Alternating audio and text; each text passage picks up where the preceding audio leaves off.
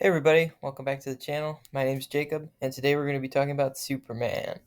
With the new film coming out last week, I'm going to be ranking all 7 Superman movies. I'm not counting the George Reeves movie because I haven't watched it, and it's pretty much, from my understanding, a clump of episodes of the George Reeves Superman movie show.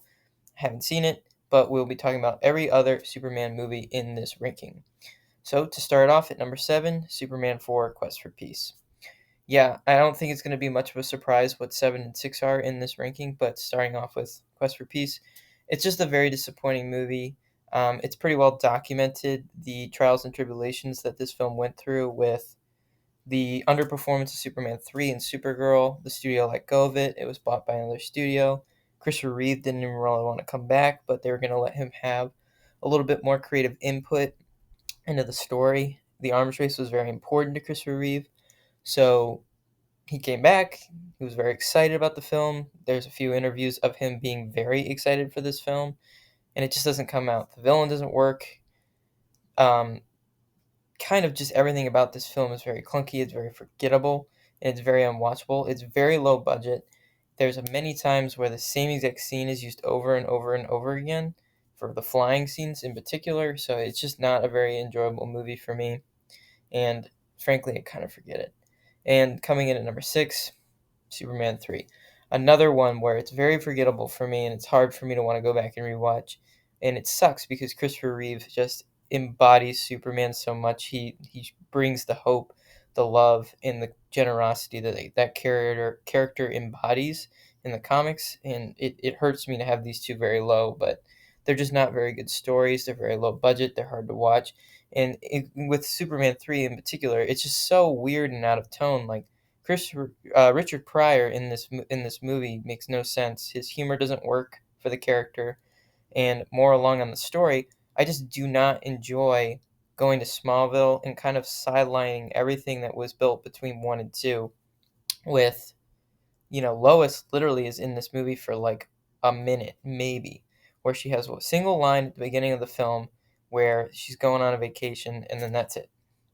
It hurts me. I do find it fun that Lana Lang is in this movie. Not as many people know about Lana Lang, and I believe, if I'm not mistaken, the actress who is Lana Lang in that film plays Martha Kent in Smallville, which Smallville is one of my favorite shows of all time. So that was very fun, but it's just not a very watchable movie. I don't enjoy virtually anything in this film. Bizarro's a little bit. It's just like everything in this film kind of feels a little bouncy. I just don't enjoy it, and these two are significantly lower than everything else on this list, with number 5 being Superman Returns. So I think I'm going to start with the negatives on this one. It's way too long. This movie is way too long.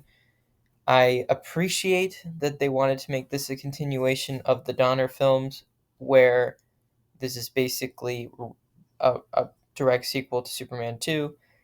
Cool idea. I don't think it makes much sense at all. I don't think it's in character for Superman to want to leave Earth for 5 years at the potential for Krypton to, go and explore for Krypton. I don't think that makes sense.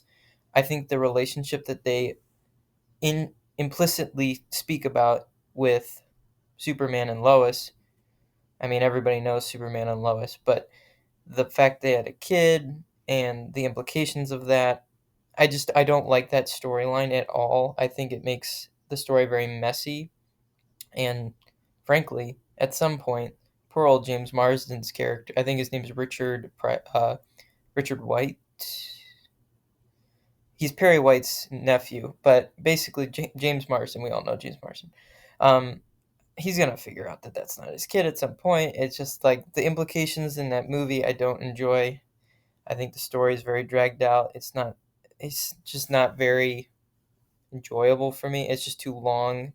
It's too slow, and you kind of just don't understand where 2 hours and 30 minutes went. I will say, I think Brendan Routh's very good as Superman. I don't think he's my favorite by any means. I don't think he's anywhere close, but I think he embodies the character well. I thought that this movie had the heart and the tones that the Donner films had, which I appreciated a lot. I thought Kevin Spacey as Lex Luthor was very good. I loved how menacing and mean he was in some of the like him breaking Parker Posey's cutting Parker Posey's brakes. Just a very Lex thing to do, and stabbing Superman in the side with the kryptonite, breaking it, and even the implication of kryptonite growing from the water from when they saw that the crystals from the Fortress of Solitude will grow when they were put in the water. I thought all that was very fun. It felt very Donner for Lex Luthor once again to have a real estate scheme. He wants real estate. He wants to make his own continent basically over North America. Very very fun and very it felt very Donner, but it just I don't think the story works, and I think it's way too long. And I think that's why I'm going to be putting number 4 above my fifth spot, which is Man of Steel. I think Man of Steel is a very great sci-fi movie. I think it is a terrible Superman movie. However, the reason I put it ahead of Superman Returns, which I think is a good Superman movie, I just think it's too long and slow. I think that Man of Steel is entertaining. I think it's a terrible Superman movie. I do want to make that abundantly clear. I think the implications they put forward with Jonathan Kent are horrible. The messages that he gives Clark are terrible. The scene with the bus, him telling him to let kids die, that's just not how Superman was raised. That's not the way that Jonathan would have gone about that. And the fact that he dies the way he dies with that tornado is none of it's correct. I appreciate Zack Snyder for his cinematic gusto. I think he makes a very pretty looking film. I think the score in this is the best movie score of all time by Hans Zimmer. But the whole point of Jonathan Kent's death is the fact that it shows Superman, given with all his gifts, he cannot save everybody, even his father. And this kind of craps all over that. I think it really ruins a lot of what makes Superman Superman, and the values that makes Superman believe he is who he is are taken away from him in this movie, the way that Zack Snyder has decided to depict the origin. I do not think it's good.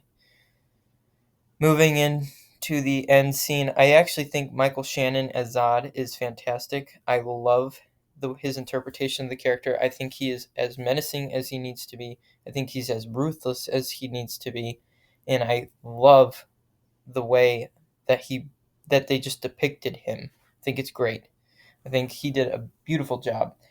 I do not like the end fight because, once again, I think Superman, he would have found some way to get Zod into a area that was unpopulated, no civilians, and he wouldn't have killed Zod. I do not think Superman would have killed Zod. I think in that situation there are other alternatives for Superman. I think he could have just knocked Zod out. He had him in the choke. I don't think he needed to kill him. There were other ways of dealing with that. So a lot of that I do not appreciate. I do not think it's a good Superman movie by any means.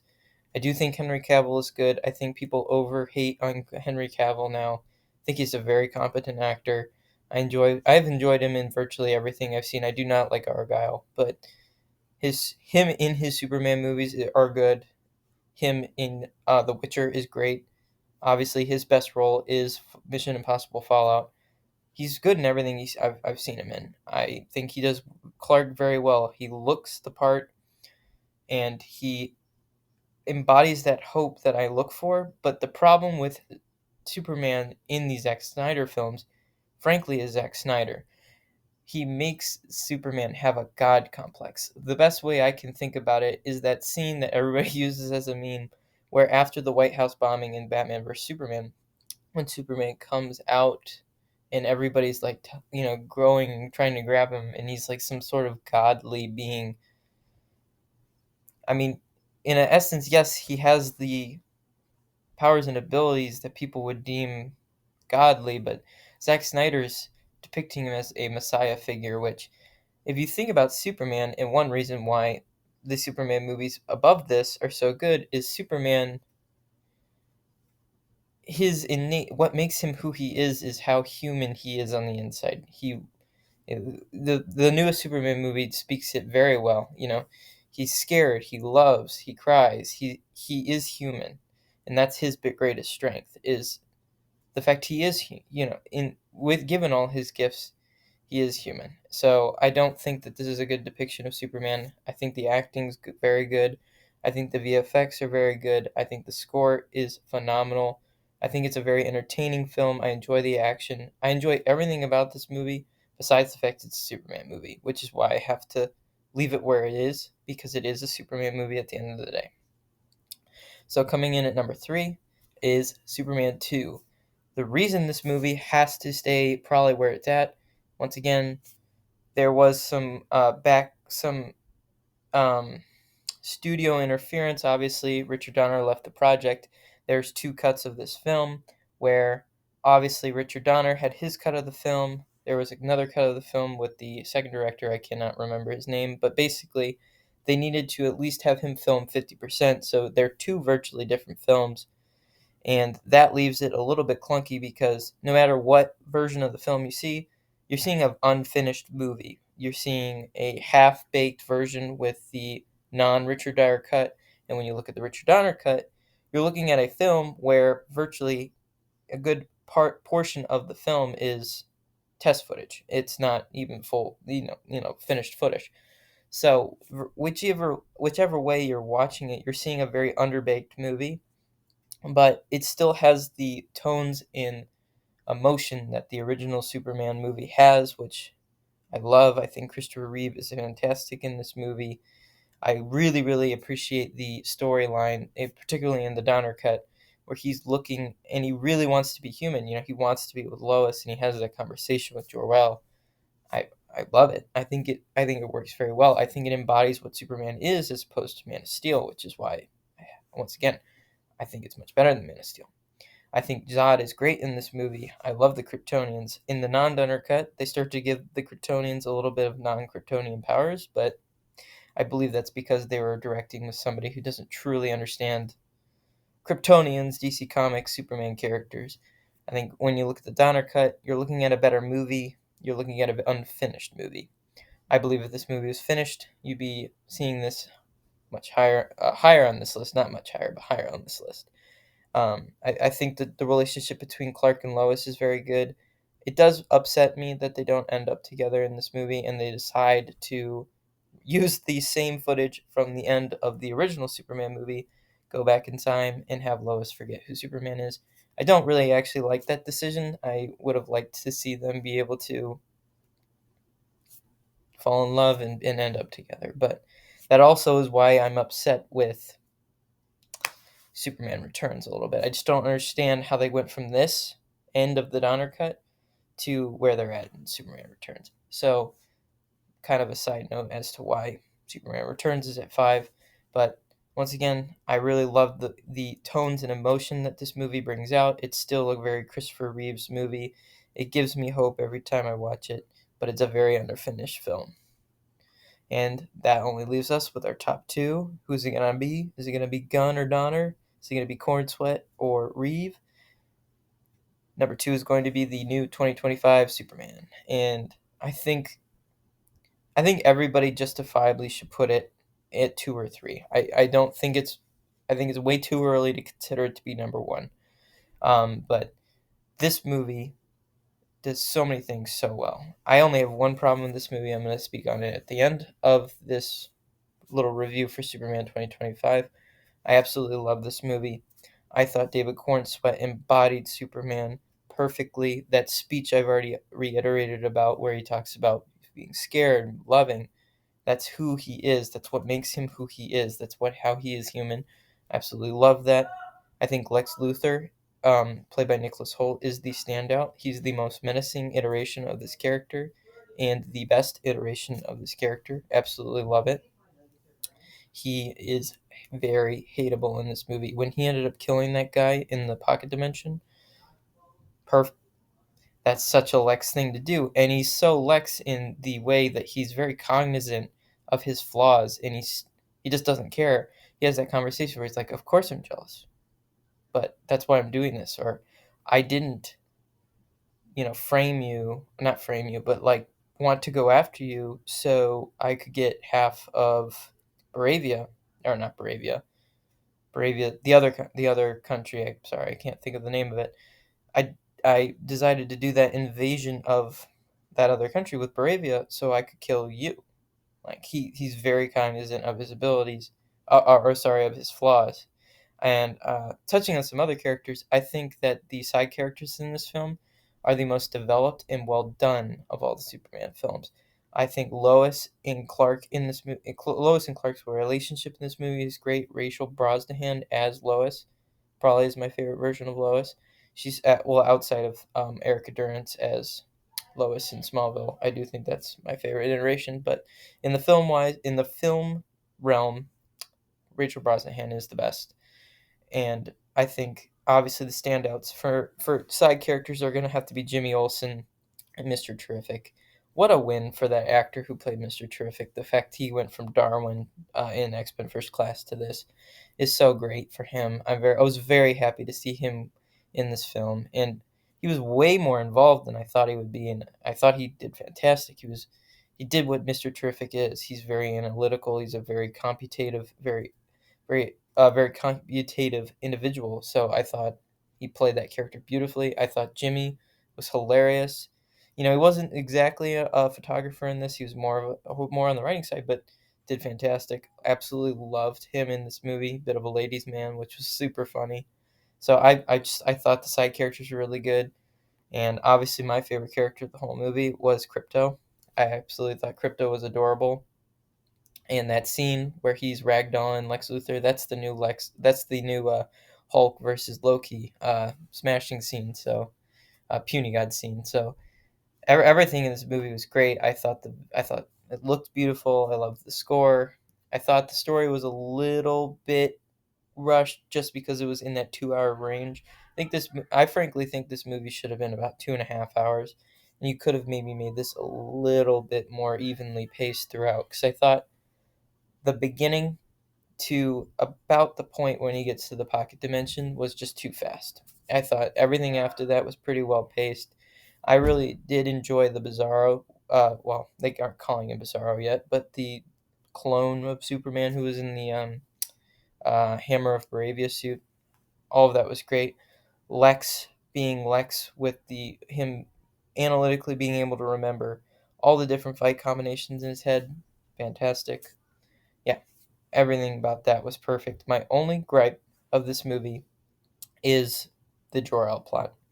And I think that a lot of people, especially some maybe more traditional Superman fans, are going to have a problem with this, and I am one of them. I do not think I think they took this a little bit too far with this story. I agree. I've seen some people say who are defending this decision, Kryptonians are egotistical assholes who see Earth as a primitive life form. I agree. They talk about that in the 78 film. 100% agree. I think this is too far. I do not think that the Marlon Brando version of Jor-El or any iteration of Jor-El that we've seen would act this way. I do not think that this is how any iteration of the character that I've ever seen has been depicted. I think it takes away a little bit from the tones of like how Superman interprets his culture and what he's here to do. I think it tarnishes that a little bit. I do think the fact that they have such a heavy emphasis on how the Kents raised him in this do help that, but I do not think this works. I think it takes away from the morals of Superman. I think obviously David Cornsweet still keeps those morals, but the way that he gets them is tarnished. I do not appreciate that. And that's my only negative of this movie. And clearly, it's still second on this list, so I don't think it bothers me enough to really lower my opinion of the film, but it was something coming out that gave me a bit of a bad taste in my mouth. But yeah, with all that said, number one is clearly the 78 film. This is, in my opinion, a top 5 comic book movie of all time. I think it's the most important comic book movie of all time. I think this movie walked so all other comic book movies could run. It is beyond important. I think Christopher Reeves is the best casting of all time, alongside Robert Downey Jr. as Iron Man. I think in terms of all movies, he's the best casting of all time. He is Superman. He is who, when I watched this, he made me believe a man can fly. He just gave me so much hope. Everything about him it makes me emotional every single time I watch that movie. He makes me believe in the world, like believe that people are good, inherently good. Er- He's not in that movie. He's not supposed to be human. Everything about him in that movie really works for me. The way that he acts as Clark is, the little clumsy, goofy. That's the best iteration of Clark Kent. The way he acts in that, where he's clumsy and goofy, and he's trying to be that person who's not noticed. It works so well. And then you can see, especially in that scene where he's getting interviewed by Lois, where he's Superman. He's got that very confident, strong voice, and then he's Clark. Oh, what about our date? You're late for our date. He's very moves back into that clumsiness very well. So his ability to kind of like show the change between the two versions of Clark and Superman, it's very good. I think Gene Hackman is Lex is very funny, and it's very timely for the times. I think if you look at this movie and you're looking at the plot of it and you're like, it's a real estate scheme where he's gonna take off the West Coast. Yeah, it's stupid, but for the '78 film, I think it works because it's very timely for when the film was made. And I also think that's where the other negative people have of this, where the effects don't hold up. They don't. The effects do not hold up in this movie, but for 1978, they worked very well, and they were very comparable to other films of the time, which I think you have to think when you evaluate films like this, you need to consider that in your calibration of how you, because clearly the 2025 film looks better. It has better effects, clearly, but I don't think that's a fair negative to have of this movie. And that I truly do not have a negative of this movie. I think it is a perfect movie. It is a top 5 comic book movie of all time. It's probably a top 20 movie of all time for me.